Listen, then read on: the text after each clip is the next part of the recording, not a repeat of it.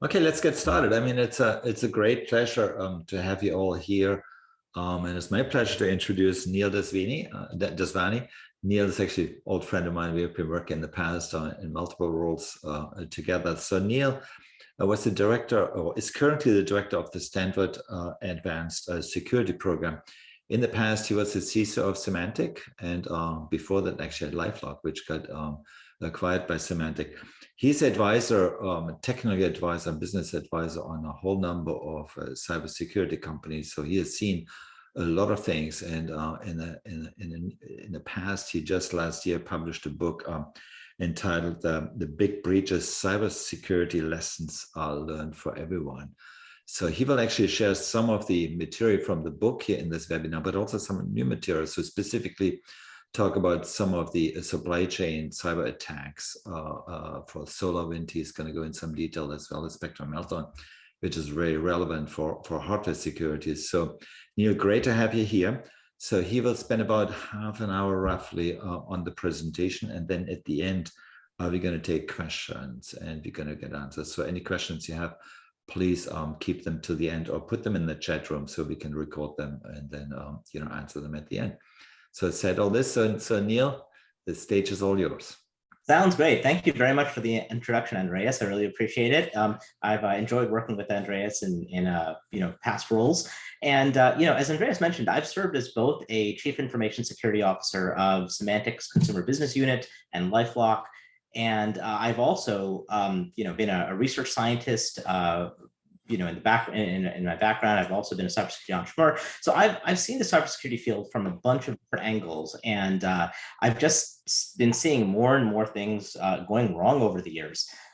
So what I'm going to do is talk about some data and statistics initially. Many of us are in the field. We're engineers, we're researchers, we're scientists. And so it's great to be driven by data. So the first thing I'm going to share is just some stats from 2019 to 2021 on the number of breaches that have been occurring due to different causes. And so if we look at the data on this slide, if we just look at some of the first 3 quarters in 2021, what we see is that the most prevalent root cause of breaches is actually phishing and various forms of it. But beyond that, if we look at the other stats, the number of attacks due to ransomware, malware, software misconfigurations, and other sorts of attacks, all pretty much come back to number 1, software security vulnerabilities, and number 2, third-party compromise and supply chain security. So I'm going to spend a lot more time on that. There have been a bunch of things published in the past, going back to 2014, 2015, where, IBM even put out a research report saying, 95% of security incidents are due to human errors.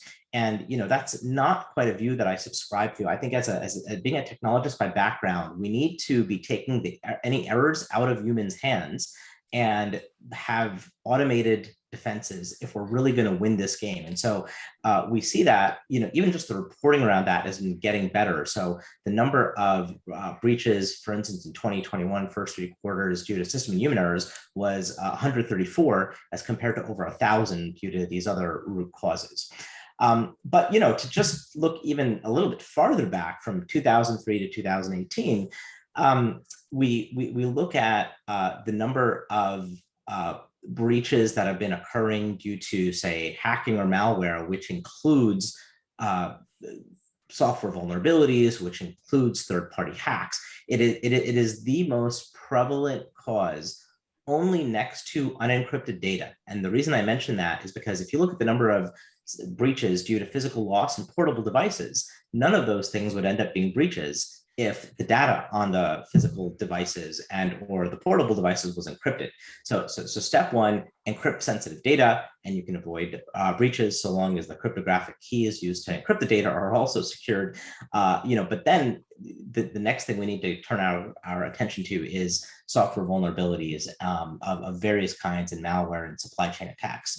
So in the Big Breaches book that myself and Moody El Bayadi published last year, What we do is we surveyed data on over 9,000 breaches that have occurred over the past 15 years, and found that there's really only 6 technical root causes of these breaches. If you look at the average organization has to comply with just tons of security compliance standards, whether it be PCI, HIPAA, ISO 27000, whatever it happens to be. And all these standards have hundreds of checkboxes, usually 200 to 300 checkboxes. And so there's a lot of organizations that are just working to put the most minimal basic protections in place for these 200 to 300 checkboxes.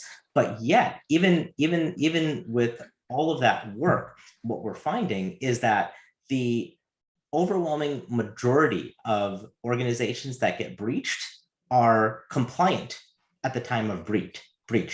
So compliance is not a sufficient condition in order to achieve security. And so because of this, we wanted to spend time looking at, well, what are really the root causes? And so, on this slide on the left side, I've listed a whole bunch of the technical root causes of breaches. You see there's really just 5 or 6 of them. I have some examples of these breaches in the book. In the first half of the book, we pretty much go through the histories and stories of some of the biggest breaches of our time. And I'll comment on just, 2 or 3 of them in today's talk. But basically, I'm going to focus on supply chain security and actually even more so software security, both first-party and third-party software security vulnerabilities in this talk. So, as I mentioned in the book, we survey a lot of breaches in depth. In the first half of the book, there's pretty much one breach per chapter, or one organization covered per chapter. Don't have the time to go through all of them in today's short webinar. But what I'm going to do is I'm going to talk about just a few. I'm going to start with talking about the Target breach from 2013.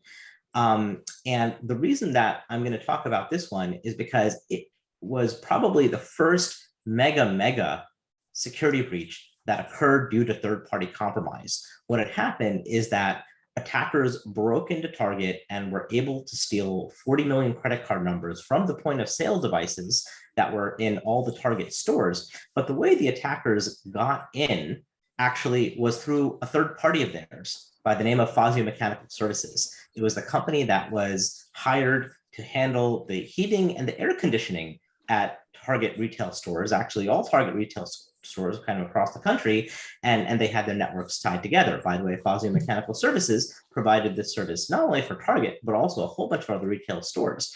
In any case, what happened is that the attackers were able to compromise the network credentials at Fazio Mechanical Services, and they basically, once they did that, they were able to get access to Target's LDAP servers because the networks were tied together, and they were able to get access to a corporate directory. And so then they basically started targeting a whole bunch of employees with phishing and malware emails.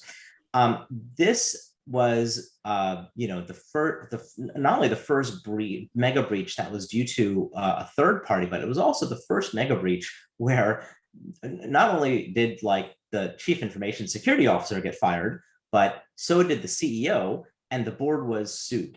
The costs of this breach were over $250 million. There was significant reputational damage. And it could have been prevented through network segmentation and whatnot. But basically, you think, okay, Target was a pretty big company. They must have had defenses in place. And in fact, they did. They had spent over $1 million on FireEye appliances. And those FireEye appliances were detecting malware. And what was happening is that the alerts were getting escalated from their India-based team to their US-based team, but there were so many alerts, so much noise, and the alerts also were not specific enough that they were being interpreted as false positives.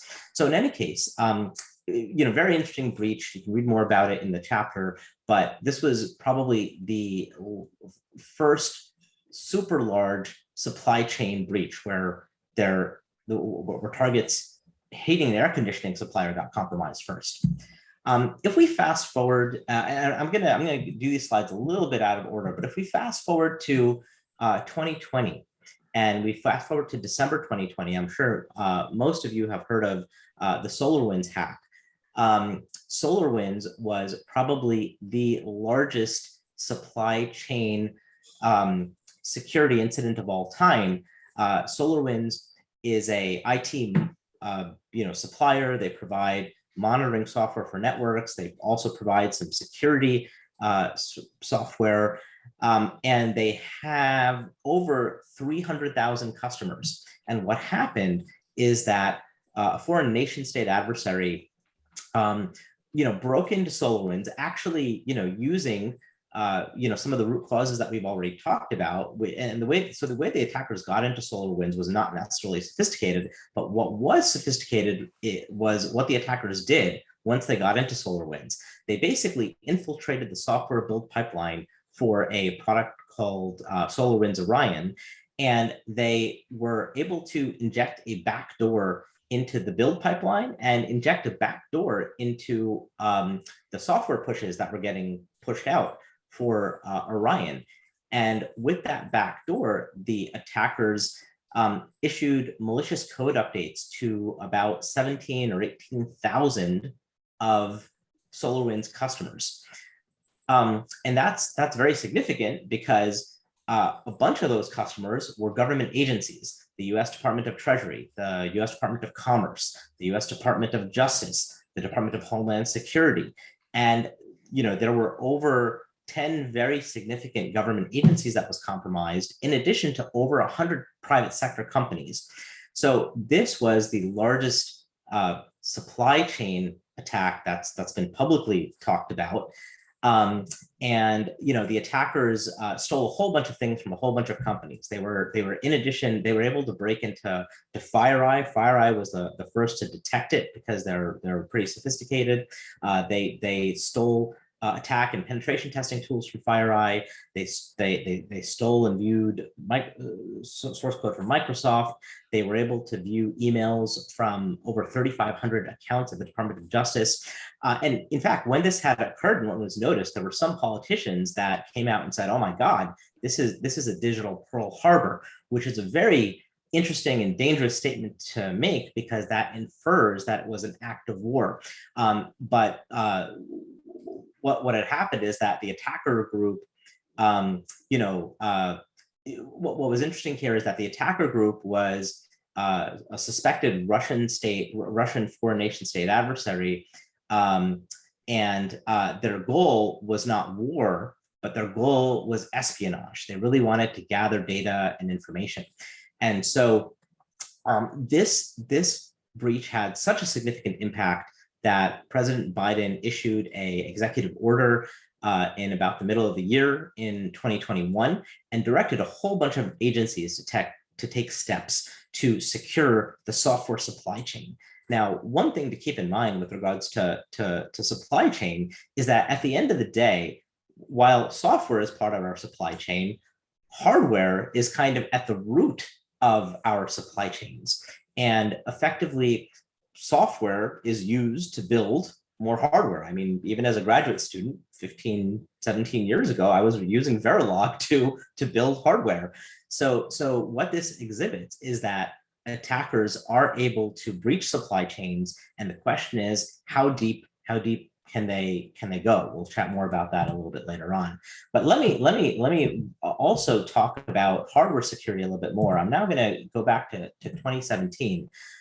In 2017, there were a set of vulnerabilities identified in pretty much every modern day processor with Spectre and Meltdown. These security vulnerabilities, at the hardware level, if we look at Spectre, for instance, it was a security vulnerability where attackers or researchers could take advantage of the fact that microprocessors execute instructions kind of out of order in order to achieve very significant fast performance speed up. So if we think about all our computer programs, many of them are made up of a whole bunch of if then else statements and compile that down to the assembly level. And I'm simplifying things here from a technical perspective for simplicity of explanation, but basically there's a whole bunch of branches at the assembly code level, and microprocessors execute multiple of those paths of instructions all at the same time,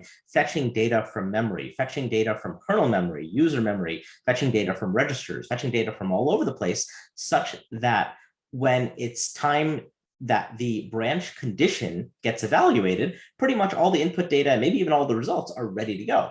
And this kind of super scalar microprocessor architecture has led to phenomenal speedups in hardware. But what the researchers here identified was that this out-of-order execution, this was the first time that it was identified that this out-of-order execution could become a security vulnerability. So basically, what it gave the researchers the ability to do was to look at, once a particular branch of execution got chosen, they could look at timing and they could look at what data was getting fetched and infer things about that data. So without kind of delving into, all the technical details on Spectre and Meltdown, there's a great paper. These vulnerabilities, by the way, were identified both at a university in Austria and by Google Project Zero at the same time. And what had happened is it was one of the most significant security vulnerabilities that had ever been found at the hardware level. And so for any cloud provider or any infrastructure provider that's relying effectively on the memory isolation capabilities that come from microprocessors and that relies on this out-of-order execution for performance, the cloud providers run workloads of many customers, all on virtual machines, all on the same processors. And so what it means at the very least is that if someone can exploit these vulnerabilities, one customer could get access to another customer's data, or in the worst case, an attacker can start up a job on these cloud providers and access data of customers by leveraging these vulnerabilities. So so the researchers had identified these vulnerabilities, well before they were announced in January 2018. They have been working together with the big cloud providers in 2017 to get all of them to make patches, at a pretty low level in the software stack, such that these vulnerabilities could not be taken advantage of because of all the speculative execution. And as you can imagine, for those of you that are in the hardware space, there's going to be some performance hit that you're going to take when you can't rely on this sort of thing as much.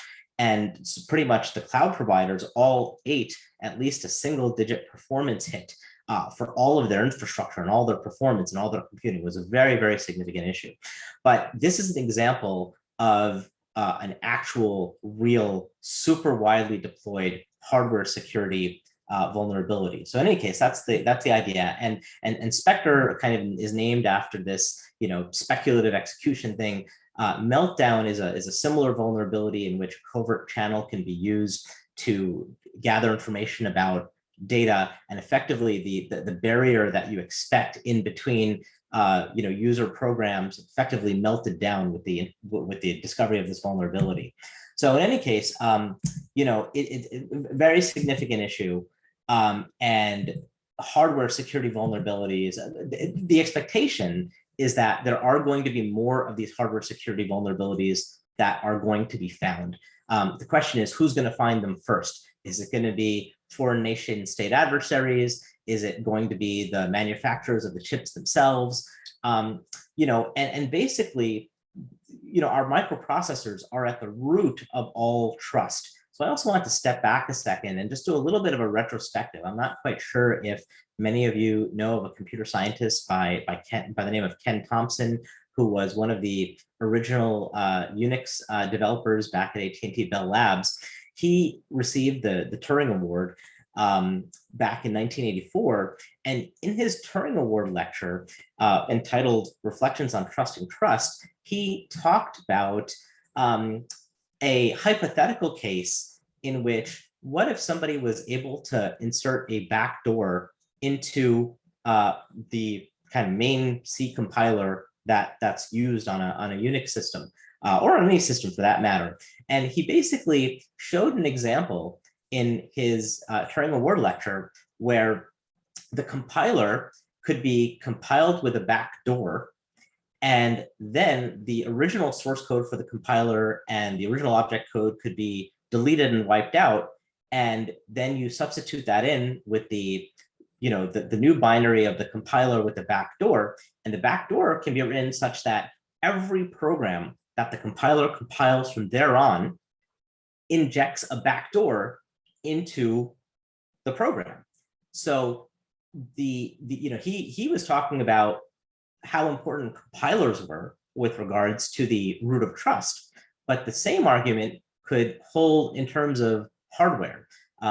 One question to ask is, could it be the case that an attacker could modify microcode or firmware or break into a microprocessor company and whatnot, and compile, or not compile, but inject a backdoor into microprocessors, or even some vulnerability like a Spectre or a Meltdown, and then basically allow the attacker to steal data and break into so many systems because they're relying on that hardware as the root of trust. So in any case, I thought it might be good to retrospectively mention that Turing Award lecture.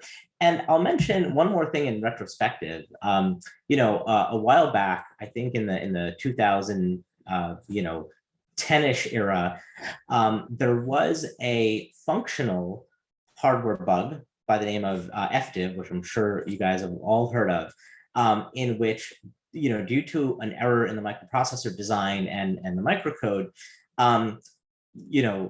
floating point operations did not take place properly, and that affected pretty much every processor on the market. And I'll tell you, as somebody who kind of grew up as a software engineer by background, I'll tell you, I've always had actually more respect for hardware engineers, because they have to get things so right that, because once that microprocessor ships, you can't exactly patch the hardware anymore. And I think the question to ask, or the thing to think about, is that perhaps it might not be a matter of if, but when there's going to be a serious, widely deployed hardware security vulnerability like Spectre and Meltdown that gets massively exploited. Now, in the case of Spectre and Meltdown, it appears that the vulnerability was identified by researchers, and those researchers worked together with the manufacturers and the cloud providers to roll out the patches, fast and furious as they could. But if we look at what's gone on in the software space, we look at just what happened this past December with the disclosure of the Log4j software vulnerability, probably the most significant software vulnerability of all time that's had just so many organizations running to patch it, and the fact that there have been vulnerabilities like Heartbleed in the TLS and SSL stacks that all web traffic relies on in the past, and where Heartbleed was exploited. One hypothesis is that at some point there is going to be a massively deployed hardware security vulnerability. It couldn't even exist right now. The question is just before an adversary know about it, and we don't know about it. So in any case, I think that one interesting thing to learn from Log4j is that the more time, the initial Log4j vulnerability that was disclosed, once that was disclosed and a whole bunch of more researchers took a look at the different Log4j libraries that were used by Java, and they just found more. So the question is, have we been looking hard enough for all of these vulnerabilities, not only in software, but also in our hardware, which is effectively at the root of all of our supply chains? So in any case, let me start wrapping up here by saying that there are tons of tools that one can take advantage of to both for software supply chain security and taking advantage of static analysis tools, dynamic analysis tools, often abbreviated as SAS, STAS. There's also interactive application security testing, runtime application security protection. There's so many tools on the market. For software, there's probably fewer such tools available for hardware, which is why I'm glad that Andreas and the team at Tortuga Logic are working on the kinds of things that they're working on. And I think it's just super important to leverage these kinds of tools to proactively identify hardware security vulnerabilities as early as possible in the development Because in the world of software, it's pretty much well known that if you find a vulnerability in the design or prototyping or earlier on in the life cycle of the software, the cost to fix it is relatively small. The cost to fix it as things move into testing and staging and whatnot in the software world, grows on the order of n squared. With hardware, I can imagine it's just only more costly when things are found later in the development cycles for hardware. So I encourage you to take advantage of all the different tools that are available on the market to identify hardware security vulnerabilities that are both first party if a company is developing microprocessors themselves, but even in using the tools, there may be third-party tools that are used to develop the hardware microcode, and finding vulnerabilities in that entire supply chain are just super important. So this slide shows what we've learned from some big software security breaches. I didn't talk about most of these, but Yahoo was the biggest breach in the history of the internet. All 3 billion accounts taken advantage of. The attackers took advantage of a vulnerability in how the website cookies, authentication cookies, were getting generated, and compromised all 3 billion Yahoo accounts back in 2013 and 14. It was disclosed in 2016. The Equifax breach of 2017, which is probably the largest financial identity breach of all time, was due to a third-party vulnerability in Apache Struts. Facebook over the years has had many first-party and third-party software security issues, and I talked about SolarWinds as well. So there's much that we've learned from software security breaches, and I think it's important to leverage those lessons in hardware as well. So let's focus on identifying all these first and third-party software vulnerabilities and securing our entire hardware and software supply chain. With that, I hope you learned at least 1 or 2 things in this talk that you perhaps didn't know before.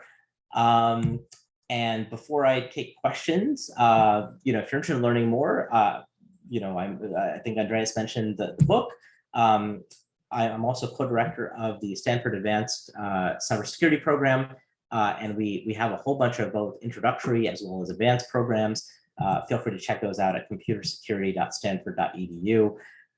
And in those courses, we basically, I think the historical perspective is important. So, for instance, in our Foundations of Information Security course, the course starts off where I interview Vint Cerf, who developed.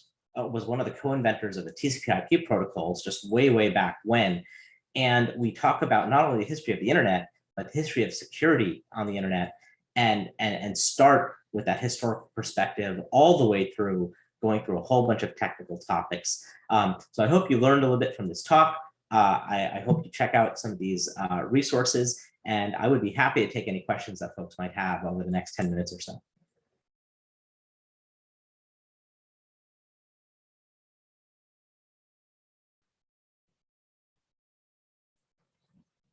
And I'm glad I was able to get through all that content in just 30 minutes. Andreas, you're on mute. Yeah, I was muted. Yeah, thank you very much, Neil.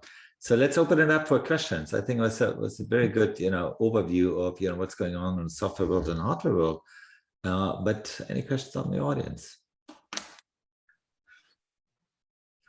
Maybe I can start off, Neil. You made a very interesting comment in the beginning when you said, the breaches that you listed early on, all these companies were compliant, with kind of the standards, right, that have been evolved in software security. Nevertheless, they get hacked. So do standards matter? Do standards really make a difference? And the reason why I'm saying this, the history, right, in the software world really started, the banks started first, looking into cybersecurity because they were regulated, right, by the government, right, and that really followed, much broader in the broader industry. And we see in the hardware world, in the silicon world, kind of, it's the standards are just emerging. The standards coming out first, also in the automotive space, but branching out into other areas. But who cares, right? If at the end of the day you get hacked no matter what. So any comment you have on that? Sure. So let me just kind of reiterate that pretty much every major organization that has been hacked or breached has been compliant at the time of the breach. And by the way, sometimes the compliance standards body is like, after there is a breach, they kind of go in afterwards and say, oh, well, you couldn't possibly have been compliant. But after trying that a few times, and it's clear that compliance is not if you're compliant, you can say you're compliant. It does not guarantee security by any means. And I having been a CISO myself in the past, and I think that there's different kinds of CISOs, but basically, I mean, there's some CISOs that focus on that compliance, and that's good. It probably does help security hygiene. In some cases, it might help a lot, but what we've been seeing is that the main reasons that organizations have been getting breached has not been because they say didn't comply with some of these 200 or 300 checkboxes and these different standards. It's because the countermeasures that they had in place were not strong enough to repel the threat. And so as such, we talk about in the security field that complexity is the enemy of security. And that is indeed the case. And while compliance does help with security hygiene, the complexity of these standards to an extent somehow is maybe obscuring the root causes and obscuring a focus on putting strong countermeasures in place for these root causes of breach. In the case of software vulnerabilities, I think as a field, as a community, it's pretty clear that as a field, we have not yet figured out how to develop secure software with a level of guarantee that one might like to be at some point in the future. And that's why I think it's really important to take advantage of all the current existing industry leading tools to identify as many vulnerabilities in our hardware and our software as soon as possible, because the thing that we could say with high likelihood is that the vulnerabilities are there. The real question is, do we know about them or not? And for those that we don't know about them, who has figured them out? And so there's kind of an implicit race here to figure them out. The problem is that, as compared to big things that have taken place in the software industry, like the Y2K problem 20 plus years ago, there's no explicit deadline, right? And so to an extent, I think we have to feel the pressure ourselves as technologists to move as fast and aggressively on finding the vulnerabilities before the attackers do. Well said, Neil. All right. Any other questions?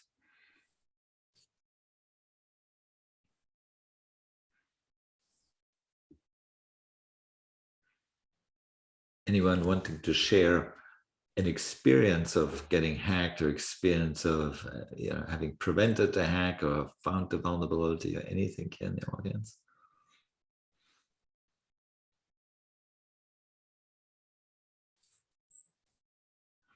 So I have a question. I don't have an experience to share. Neil, my name is Ramesh Kudnani. So Neil, are you seeing any patterns? You shared several examples going back to Target all the way up to 2021. Is there any pattern between hardware versus software? Is there any pattern in certain vulnerabilities in certain interfaces in companies' IT infrastructure? And is there also any pattern where these attacks are coming from? The stats did not show a rapid explosion in numbers. Like 2019 through 2021, the numbers were more or less comparable. Yes. So first of all, Ramesh, thank you for the question. With regards to the number of breaches that have been taking place, that has been steady over the past few years. And I think even if you look at years past, going back to 2003, we have seen stepwise increases, but it's not the case that the number of breaches is, like increasing exponentially. Rather, there's these stepwise increases. And I think that, there was a stepwise increase in the, 2009 timeframe, where we saw a shift from organized cyber criminals just being in the game to foreign nation state adversaries getting into the game. And then we've seen more of that happen. So there have been these stepwise increases. But what we have also seen is that the amount of data that the attacker is able to get out due to each breach or each vulnerability, that has increased. So I want to comment a little bit on that. I also wanted to follow up on your question about patterns. So I'll say in the software security world, right, or when it comes to breaches that have occurred due to software, the key pattern is that there are 6 technical root causes of breach. They are unencrypted data, phishing, malware, software vulnerabilities, third-party compromise or abuse, and inadvertent employee mistakes separate from phishing. That's the pattern in the software world and software vulnerabilities.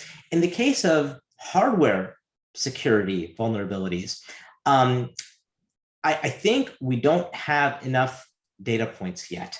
But the kind of key issue is that because software is used to build the next generation of hardware now, right? And has been the case for a long time.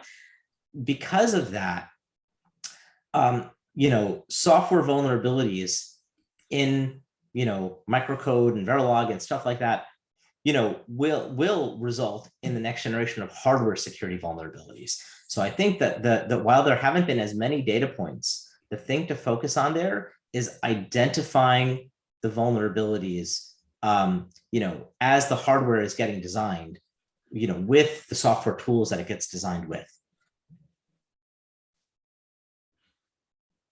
Make sense? Yes, thank you. Thanks, Neil. Welcome.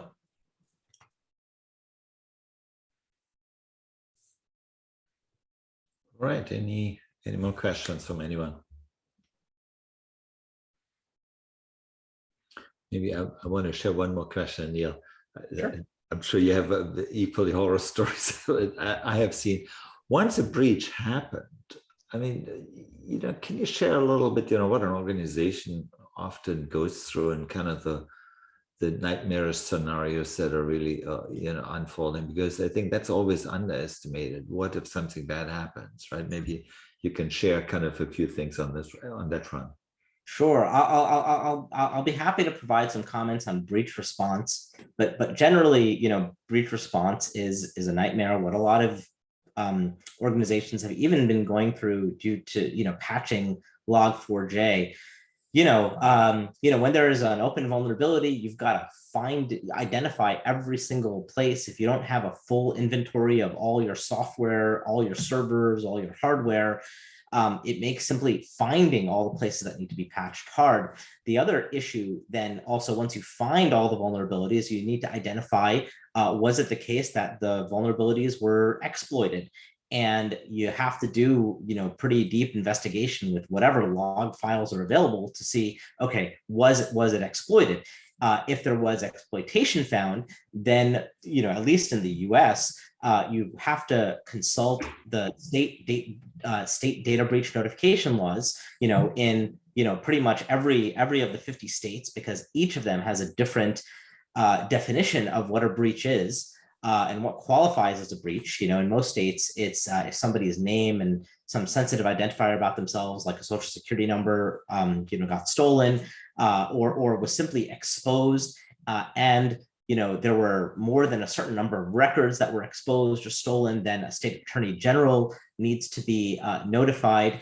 Incident response companies that help with these sorts of things, like Mandiant and whatnot, they are getting tons and tons of business because so many organizations are getting impacted. And then, of course, once it's identified, which consumers have been impacted, and the appropriate state attorney generals have been informed, you also need to inform the consumers. Organizations typically then need to provide some kind of credit monitoring or identity theft protection for the consumers that have been impacted. And by the way, if you put together all this stuff in the midst of a breach, it's a complete horror. And so my recommendation is that every organization should have at least, 2 incident response and forensic companies on retainer well ahead of time. It's also important to have a pre-negotiated deal with an identity theft protection provider or a credit monitoring provider ahead of time, because of course, if you consult those companies at the time that you're breached, they know you're in a bad situation. So, and you can imagine that the employees are spending countless numbers of hours. People, even just with Log4j, security and IT teams are not getting sleep. Breach response is a real nightmare. It can be dealt with in a organized fashion when you have experienced folks at the table. But it's always better. It's always better to prevent the software and the hardware security vulnerabilities from becoming vulnerabilities to begin with, and then potentially getting exploited and attacked. Much less costly. And that way, your organization can stay focused on growth and can focus on product development and helping your customers and your users. But the second that one of these sorts of events occurs, pretty much the entire executive team, or not the entire executive team, but a good bulk of the executive team, the CEO, the CTO, the head of HR, they're going to be distracted for up to 1 to 3 years because there's going to be then, at least in public companies, derivative lawsuits that are going to happen, and it's just a big distraction. And to the extent that in consulting work that I've done, have helped investors who have portfolios of companies just deal with these things as proactively as possible at the board level. So hopefully that tells you a little bit about breach response and the nightmare that it can be, or even security vulnerability and incident response. And there's an old adage, right? An ounce of prevention is worth a pound of cure. And I think in the world of software security, an ounce of prevention is probably worth a ton of cure. So I hope that provides some visibility into what breach response is like, and hopefully people can benefit from just the importance of proactivity. Yeah, I can absolutely second that. In my previous job, in the software world, we had several of our clients. They went through this nightmare scenario, and it's an all hands on deck, right? And that is, you mentioned some of the regulations. You look at GDPR, you have 72-hour deadline to report essentially certain elements right away, and then following up on the details and the penalties, the financial penalties, at least that are written in the law, are horrendous, right? So this is really, as you said, and I lived myself in one of my previous jobs on the executive level. Through a minor incident, but that minor incident was a nightmare scenario on its own. And I can just, here, at Tortuga, we're dealing with hardware security. Just imagine, and we haven't really seen a major Spectre Meltdown was kind of more research effort, but we haven't really seen a massive breach based on some hardware, and the chips are just there forever, right? How do you rectify a situation like this? So that is something I think everybody needs to be super aware of. And I think it's just a matter of when. I don't think it's a matter of if. So thank you for those questions, Andreas, and good comments. Neil, this is Ramesh again. As a piggybacking on your last comment, that ounce of prevention is better than pound of cure. As a thought leader, as an advisor to probably many government or private enterprises, what are some of the recommendations you're giving to your clients on that prevention front? Are there few key points that you always stressing? And like you said, everybody that's hacked was compliant. So what additional things can be done, or the enterprises should be doing, or government should be doing, to minimize future exposure? Good follow-up question. Let me answer that very briefly, given that we're coming up on time here. My major recommendation is to focus on putting strong, scientifically effective technical countermeasures in place for each of the technical root causes of breach first, and achieve compliance as a side effect of doing good security work. Don't focus on being compliant first, focus on security first, and achieve compliance as a side effect.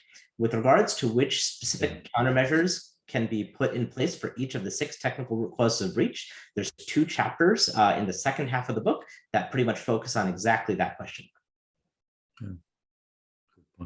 All right, yeah, we are kind of getting to the end of the webinar, but any last question from anyone?